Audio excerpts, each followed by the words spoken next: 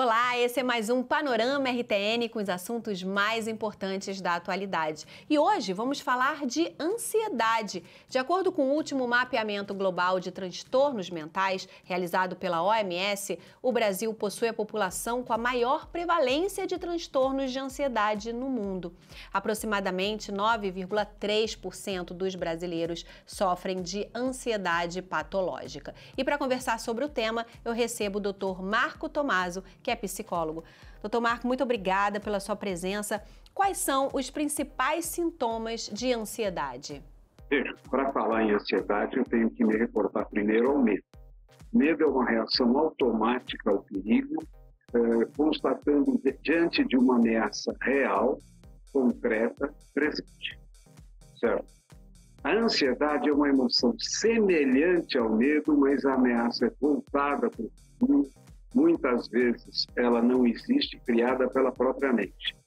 E tem sintomas físicos, por exemplo, o coração bate mais depressa, a respiração se torna mais ofegante, eu posso ter tremores, sudorese, nó na barriga, etc. Sintomas psicológicos, digamos, eu tenho medo, eu sinto medo de uma determinada situação, de um determinado evento.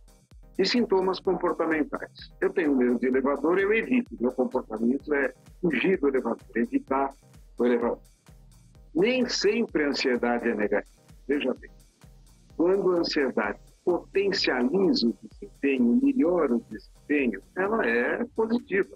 Digamos, eu estou preocupado com uma prova, estudo para a prova, vou bem nessa prova. Veja, era uma preocupação específica, me deu ferramentas para atuar e lidar com ela. Passou a prova, eu me tranquilizo. Agora, quando a ansiedade é excessiva, quando a preocupação é com coisas que eu não posso resolver, quando isso atrapalha o meu dia a dia, nós temos o que nós chamamos de um transtorno de ansiedade, certo? Então, nós temos diversos transtornos de pânico, se você quiser a gente fala um pouco disso, agorafobia, fobia social, estresse pós-traumático, o TOC, que agora está classificado fora, mas fazia até pouco tempo parte dos transtornos de ansiedade gerada por drogas, sabe? Então, existem os chamados transtornos de ansiedade.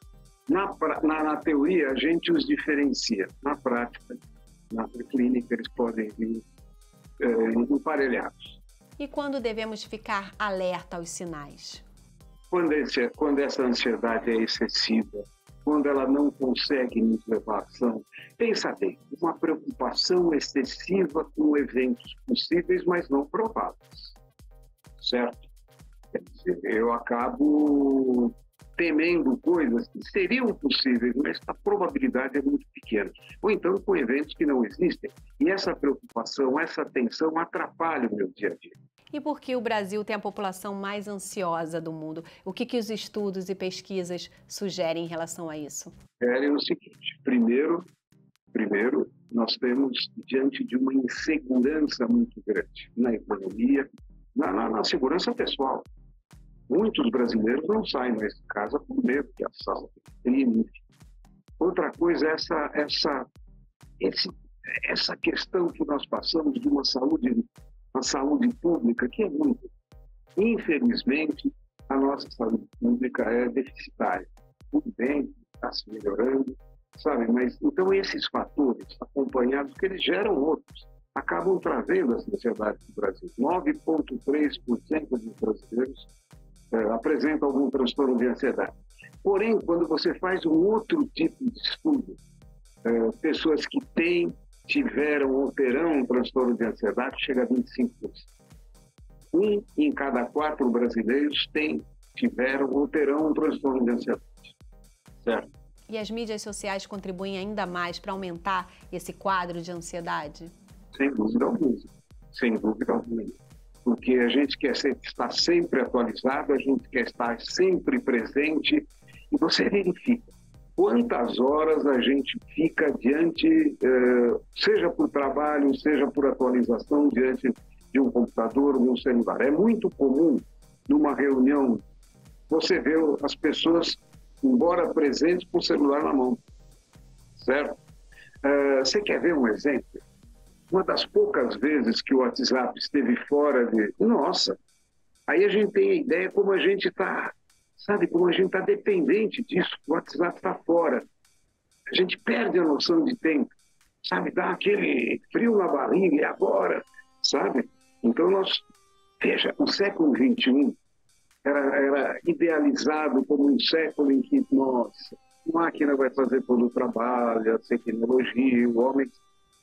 Hoje é conhecido como o século do tecnostress, onde a gente trabalha muito mais, apesar de com a tecnologia. E a pandemia, o isolamento social, tudo isso contribuiu ainda mais também para agravar esse quadro, né?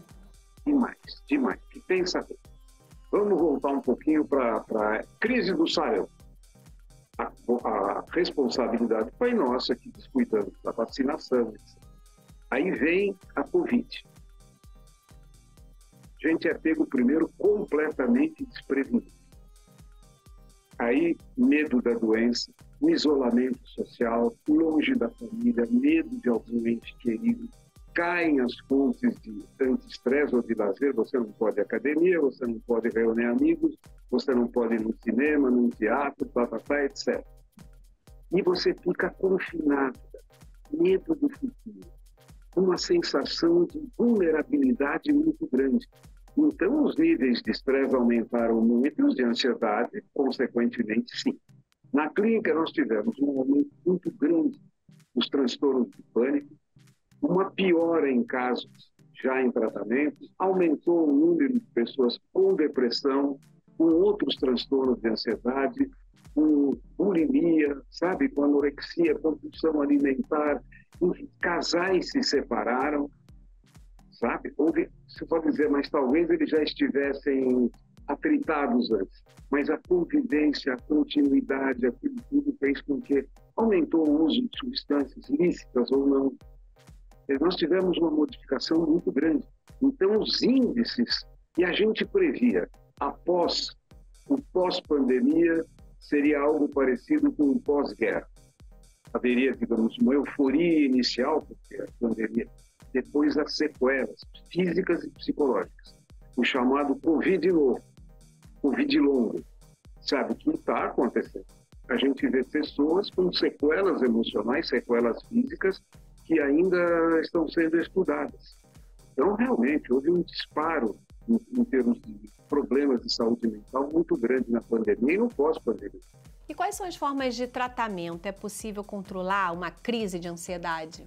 Veja bem, então a primeira coisa, você identificar o tipo de ansiedade que a pessoa sente. Porque eu posso ter os mesmos sintomas de uma outra pessoa causados por causas diferentes. Tem uma história de vida, tem as situações desencadeantes, fatores de estresse, etc.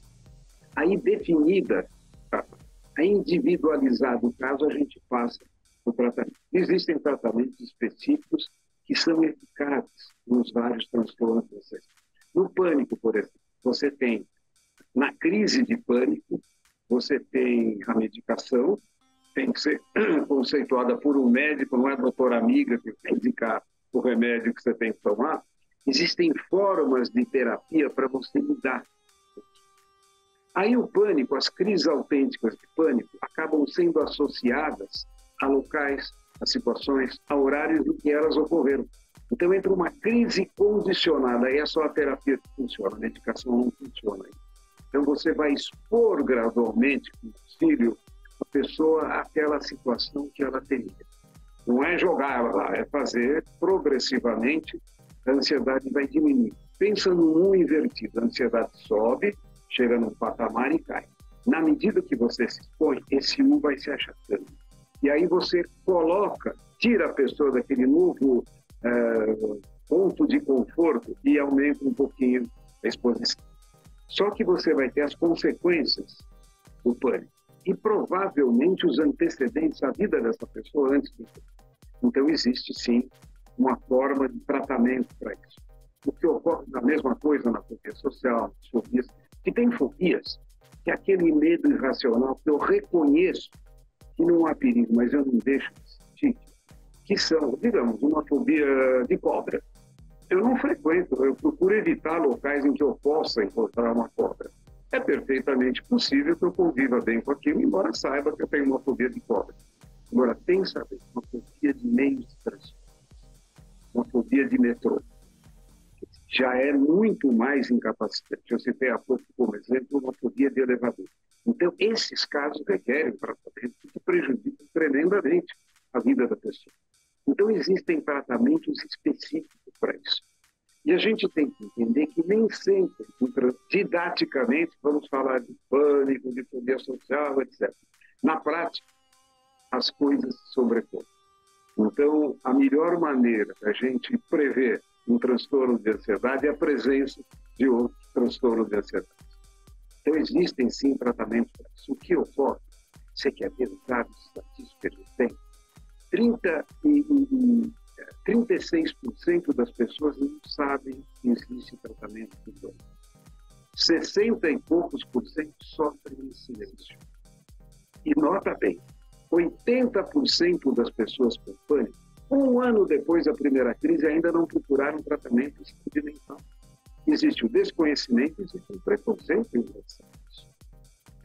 Então, isso dificulta muito o tratamento, porque a coisa vai piorando. E você não faz o que você vai procurar ajuda na área médica, etc. E você não encontra aquilo. É difícil para a pessoa assimilar aquela questão. Então, isso dificulta muito o tratamento. E os estudos também apontam que essas doenças têm atingido também crianças e adolescentes. Sem dúvida. A gente diz, a ansiedade não escolhe idade, certo? Tem crianças que apresentam sinais precoces de ansiedade, muitas vezes. Tem um tipo de ansiedade que a gente chama assim, ansiedade de separação.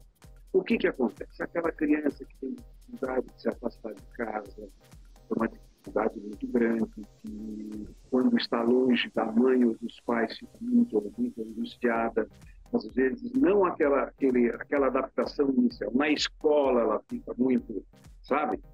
E esse tipo de ansiedade de separação é uma das formas de prever, não necessariamente, que a pessoa possa ter uma facilidade maior para transtorno de pânico, certo? Então, veja, não é aquela história, nós não temos um modelo matemático. Todo mundo que tem ansiedade de separação vai ter pânico. Não é todo mundo que passou pela guerra que vai ter estresse pós-traumático. Por quê? A gente não sabe. Mas existem pessoas que passaram por aquilo e outras que têm a vida completamente alterada. A gente vai falar muito disso agora, com a guerra da Ucrânia, com essa catástrofe que ocorreu no litoral de São Paulo, sabe? Então a gente vai falar muito como viu nas torres. Quando houve atentado das torres, estresse pós-traumático, sabe? Foi definido pela APA, Associação de Psiquiatria Americana, começando com aqueles casos de guerra. As pessoas vinham da guerra, não todo mundo, bastante alteradas, depressivas, agressivas, com pânico, enfim, com relações violentas. E aí eles começaram a estudar outras situações em que isso ocorresse. Sequestro, estupro, tornado, inundação, incêndio. Quer dizer, situações em que a vida, chamados eventos vitais, em que a vida estivesse prejudicada. Então, aí ocorreu, sim, a definição do estresse pós-traumático, uma espécie de uma cicatriz que fica na mente e que é disparada novamente com um estímulo vagamente semelhante. Eu passei, por exemplo, por um naufrágio, por uma situação de afogamento. Um belo dia, a presença de uma piscina me faz trazer aquilo em torno de flashbacks. Não só de recordação, mas das emoções que eu vivi naquele momento. Então, novamente, isso requer tratamento, especialmente em situações certas. Tá certo, doutor Marco. Vamos para um rápido intervalo e voltamos já já. Participe da nossa promoção no Instagram e concorra a brindes do programa. Diga que assunto você gostaria de ver aqui no nosso Panorama RTN. Corre lá no Instagram, o endereço está aí na sua telinha. A gente volta já já.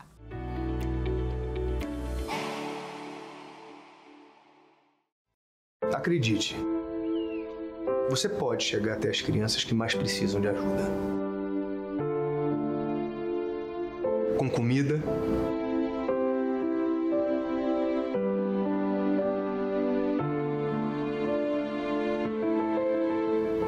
com água, com vacinas,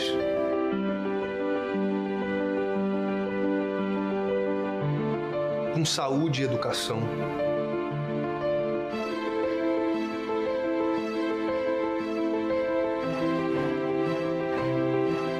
Com proteção e cuidado em emergências.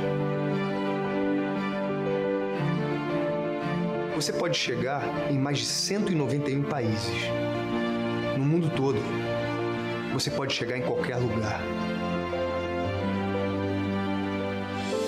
Acredite, com apenas R$1 por dia, você leva a esperança de uma vida melhor para crianças no Brasil e no mundo. Ligue para 0800 545 1133 ou acesse doeunicef.org.br. Acredite.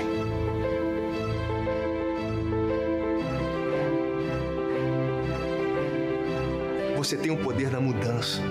Mude a vida de uma criança com o Unicef. R$1 por dia, você salva a vida de uma criança com saúde, educação e proteção.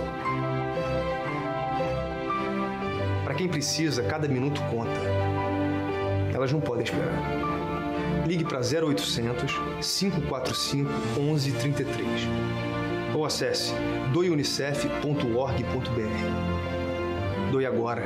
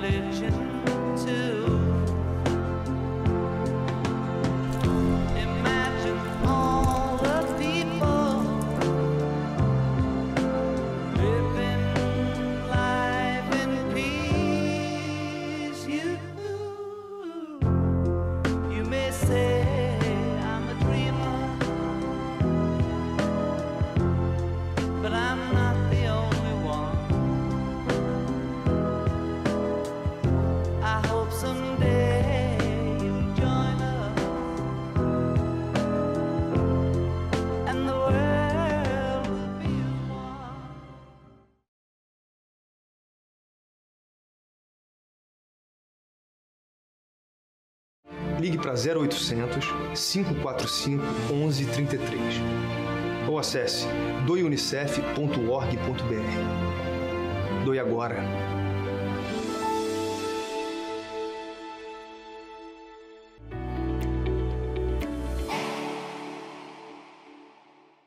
Panorama RTN está de volta e hoje estamos falando sobre ansiedade com o Dr. Marco Tomaso, que é psicólogo. E agora eu queria entrar no tema depressão, que segundo a Organização Pan-Americana de Saúde, acomete cerca de 300 milhões de pessoas no mundo. Dr. Marco, vamos falar então de depressão. Qual é a diferença da depressão em relação a uma tristeza passageira? Como é que eu posso diferenciar isso? Você até antecipou. Vamos supor, eu estou triste. Eu sei porque eu estou triste. Digamos, uma promoção que não ocorreu, discussão familiar, muita gente brinca, meu time perdeu. Na tristeza, a minha vida continua, a vida que segue. Eu continuo meu trabalho, eu continuo, enfim, fazendo a minha rotina normal. Na depressão, essa tristeza é contínua, ela não é definida, eu não sei, eu estou triste, não sei por quê. Não sei, estou triste. Outros fatores ocorrem. Fome demais, fome de menos. Sono demais, sono de menos. A libido cai, irritabilidade. E muitas vezes eu deixo de gostar de coisas, eu deixo de apreciar coisas que antes eu gostava. Ausência de prazer, sabe?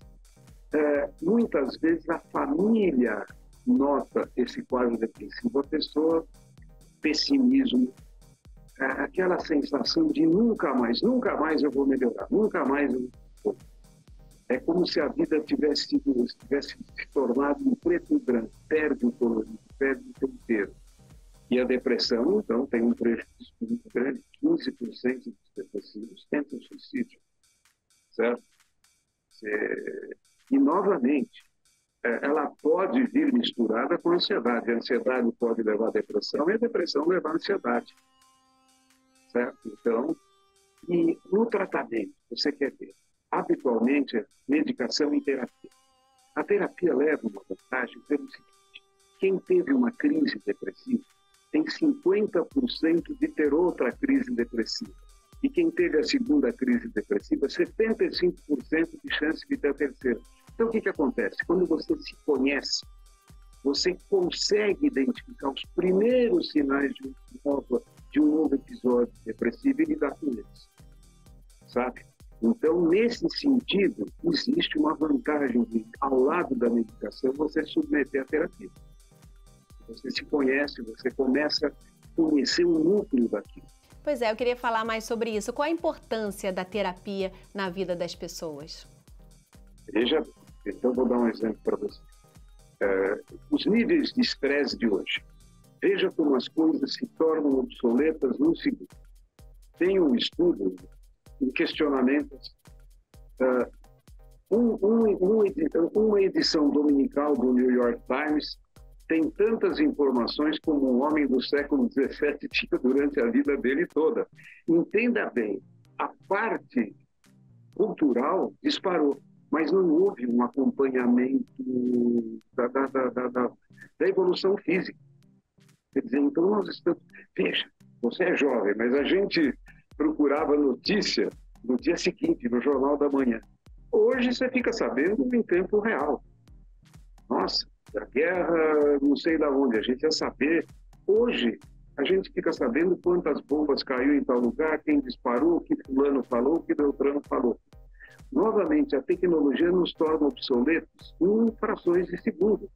Então, o tipo de coisa que a gente tem que entender é de uma velocidade incomum. Incomum.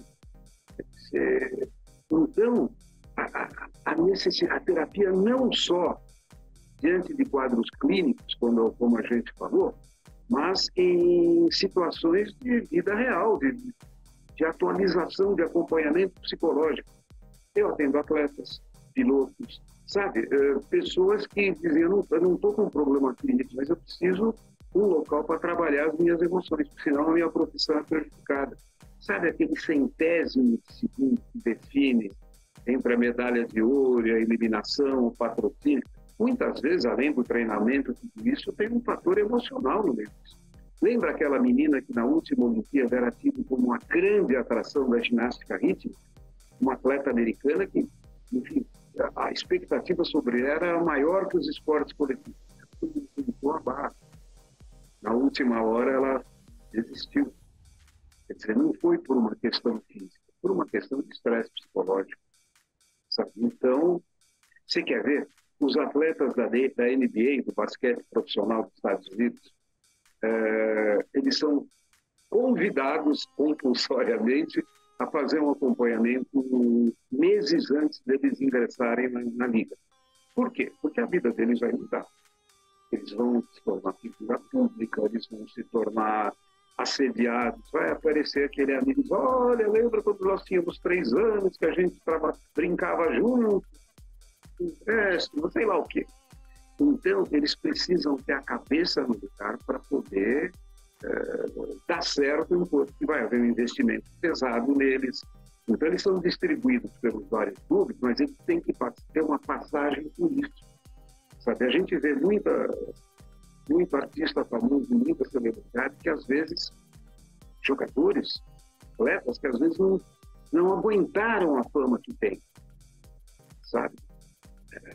Então, a necessidade, a gente é procurado por atletas que dizem, olha, eu preciso deixar a minha neura aqui, eu não posso levar para a minha atividade profissional as minhas neuras, então eu quero discutir aqui dentro, fazer um acompanhamento psicológico. Então esse é o outro lado da psicoterapia ou do acompanhamento psicológico, se você quiser, que é trabalhado também. Eu me lembro de um caso de um atleta medalhista que teve no consultório, ele fazia terapia, e um dia ele chegou para a secretária e falou, olha, pede para o doutor Tomás me encaixar aí no horário, eu não passei bem durante a semana, e ele veio na hora do almoço. Ele saiu, agradeceu a secretária, olha, muito obrigado, já agradeci ao doutor, estou agradecendo a você.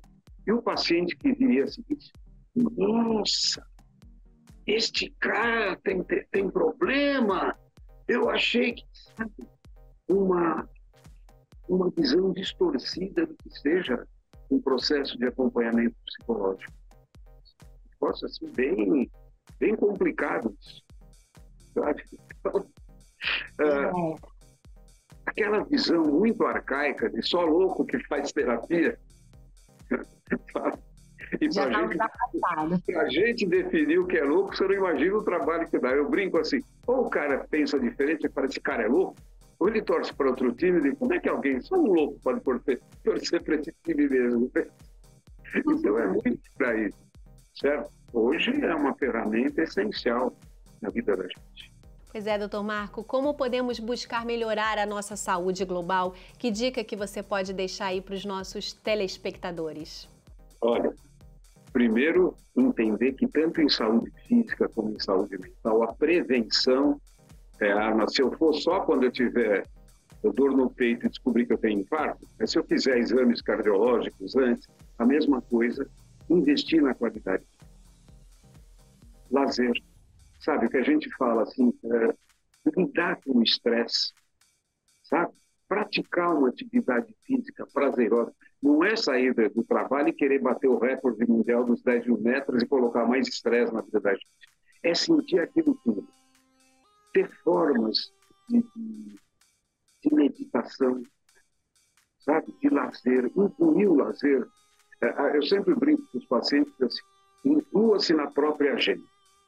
E outra dica que eu dou, não deixe para amanhã o que você pode fazer hoje, mas deixe para amanhã o que você não pode fazer hoje. Entenda bem, o dia, por mais que a gente lamente, o dia continua tendo 24 horas. Sabe, a gente ter técnicas para desligar um pouquinho a chave geral quando a gente sai do trabalho. Sabe, uma alimentação saudável. Porque muitas vezes a comida entra como ansiolítico, antidepressivo, anti-estresse. Ou porque eu não tenho tempo, ou porque não sei o quê, sabe? Calma, quer dizer, a gente procurar coisas de qualidade de vida que minimizem o desgaste natural que a gente tem. A vida familiar, a vida social, sabe? A atividade física, uma alimentação legal, formas de relaxamento, enfim, condições desse tipo que propiciam uma qualidade de vida melhor. Não achar que a gente está perdendo tempo toda hora quando vai se divertir.